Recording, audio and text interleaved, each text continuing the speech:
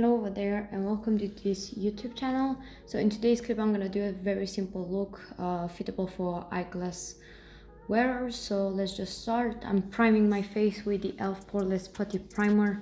This is very like pore filling, but at the same time it is extremely hydrating for the type of primer it is. So I'm applying it all over the face. Sometimes I do apply it only where I have like more pores visible, but today I applied it all over the place. Sometimes I tap like you saw before.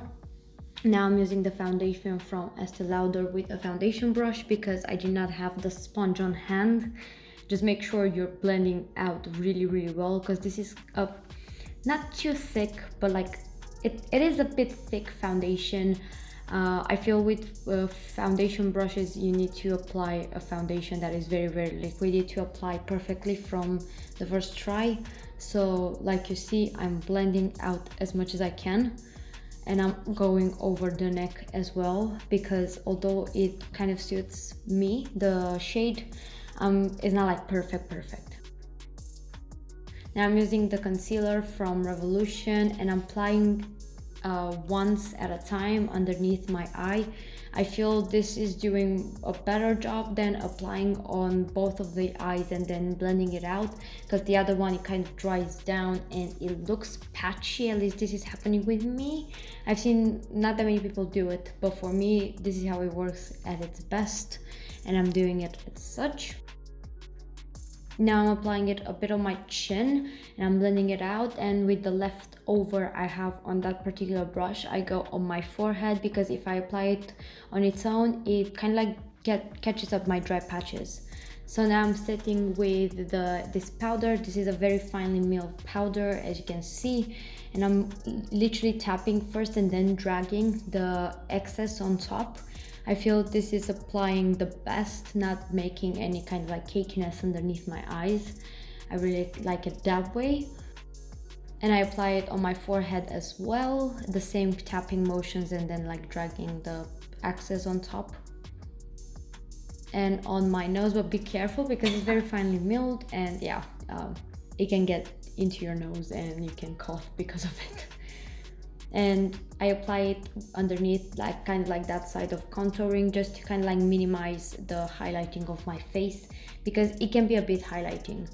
Now I'm using this blush, the only upside as a contour, because I did not have the contour on hand, and it kind of worked. I quite like it. It's a bit warm and not necessarily like the best color, but it could have been, you know, much worse. I really liked it, and I apply it on the sides of my forehead too. This is how I apply my bronzer slash contour slash apparently blush that's like working as a contour, thankfully. And now I'm applying the downside with a different brush. As you can see, I'm changing it, and now I'm taking the foundation brush to make sure it's almost impossible to see, because I like the blush to be very extremely subtle. However, when it comes to highlight, I like it to be like crazy blinding, so I'm using that shade in particular to, you know, kind of like blind the people with that golden highlighter. I really love the formula. It's really nice, and I apply it this time with like an eyeshadow brush, just because I did not have my highlighting brush on hand. But like eyeshadow blending brush works just as fine, especially if you want to be really precise, which it really worked nice on this look.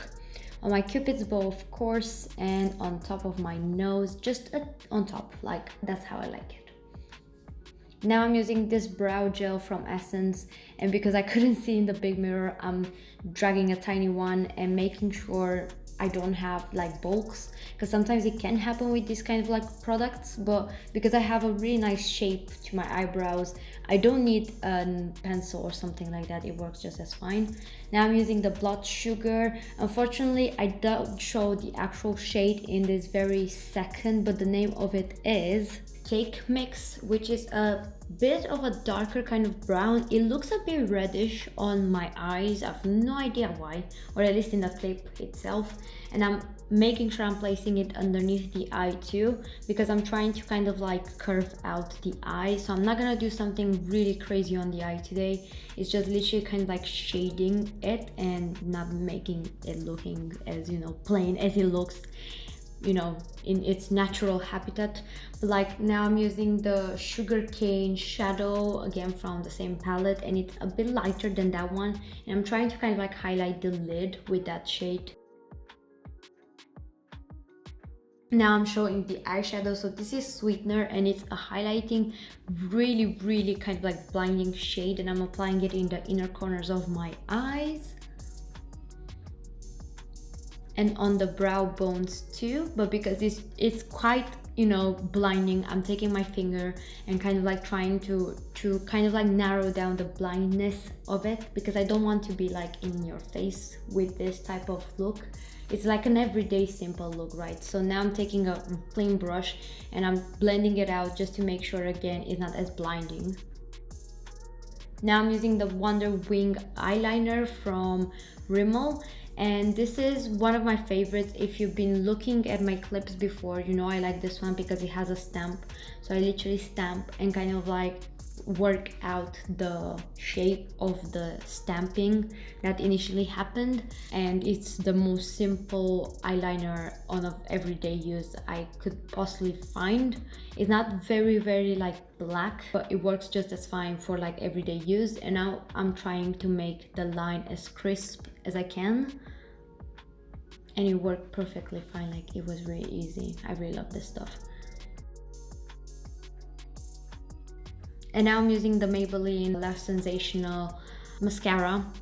This is in a brown, a very dark brown, and it looks just as fine as the like a black one. Surprisingly, it looks really nice. I really loved it. And make sure you wiggle that brush, but be careful because this time I got it in my eye. So yeah, it's a really nice shade. Although it's brown, it's a very dark brown that puts your eyes into focus. I usually use it on the lower lash line on an everyday basis, but this time I did not have anything on hand, so I used it on both upper and lower. And now I'm using two products from MAC. This is the lipstick with Jamie Gennevieve, if I'm pronouncing that right, lipstick. It's a very nude, really nice color. The formula, it's amazing, but I think it's limited edition.